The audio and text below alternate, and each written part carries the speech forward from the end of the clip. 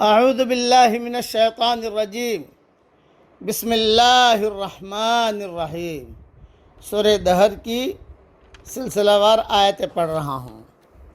اِنَّا نَخَافُ مِن رَبِّنَا يَوْمًا عَبُوسًا قَمْطَرِيرًا، بے شک ہم اپنے پروردگار سے اس دن کا خوف کرتے ہیں جو اداسی اور سختی والا ہوگا۔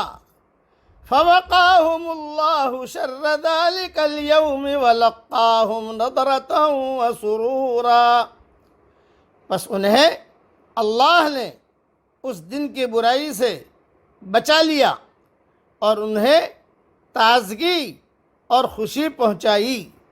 وَجَزَاهُمْ بِمَا صَبَرُوا جَنَّةً وَحَرِيرًا، اور انہیں ان کے صبر کے بدلے جنت اور ریشمی لباس عطا فرمائے۔ متکئین فیہا علی الارائک، وہ وہاں تختوں پر تکیے لگائے ہوئے بیٹھیں گے۔ لا یرون فیہا شمسا ولا زمہریرا، نہ وہاں سورج کی گرمی دیکھیں گے اور نہ جاڑے کی سختی۔ ودانیۃ علیہم ظلالها وذللت قطوفها تذلیلا، ان جنتوں کے سائے ان پر جھکے ہوئے ہوں گے اور ان کے میوے اور گچھے نیچے لٹکائے ہوئے ہوں گے۔ وَيُطَافُ عَلَيْهِمْ بِآنِيَةٍ مِّن فِضَّةٍ وَأَكْوَابٍ كَانَتْ قَوَارِيرًا، اور ان پر چاندی کے برتنوں اور ان جاموں کا دور کرایا جائے گا جو شیشے کے ہوں گے۔ قواریر من فضۃ قدروها تقدیرا، شیشے بھی چاندی کے جن کو ساقی نے اندازے سے ناپ رکھا ہوگا۔ وَيُسْقَوْنَ فِيهَا كَأْسًا كَانَ مِزَاجُهَا زَنْجَبِيلًا، اور انہیں وہاں وہ جام پلائے جائیں گے ان میں ادرک ملی ہوئی ہوگی۔ عَيْنًا فِيهَا تُسَمَّى سَلْسَبِيلًا، جنت کی ایک نہر سے جس کا نام سلسبیل ہے۔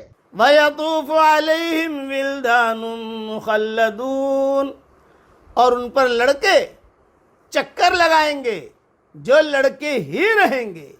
اِذَا رَأَيْتَهُمْ حَسِبْتَهُمْ لُؤْلُؤًا مَّنثُورًا، جب آپ ان کو دیکھو گے تو آپ انہیں بکھرے موتی گمان کرو گے۔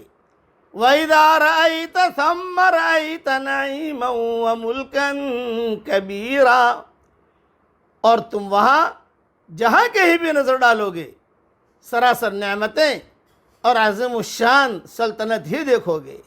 عَالِيَهُمْ ثِيَابُ سُنْدُسٍ خُضْرٌ وَإِسْتَبْرَقٍ، ان کے جسموں پر سبز باریک اور موٹے ریشمی کپڑے ہوں گے۔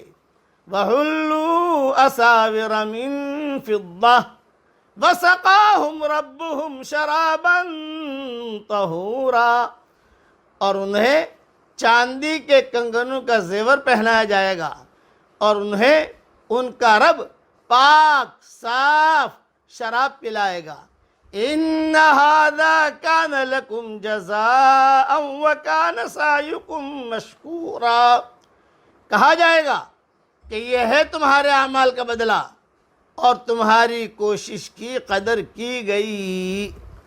بس یہ میں نے ترجمہ کر لیا۔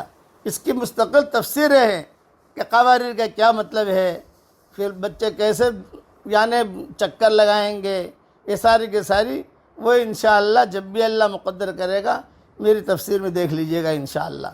اب تو دعا کر لو کہ اے اللہ ہم سب کو جنت الفردوس میں داخل فرما اور سلسبیل چشمے سے ہم سب کو پانی پلا۔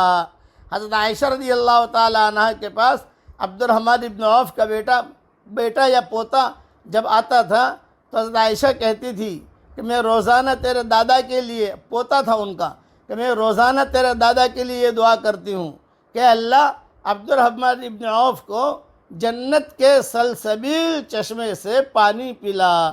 اللہ تعالیٰ یہ دعا ہم سب کے لیے قبول فرمائے، آمین۔ وآخر دعوانا ان الحمدللہ رب العالمین۔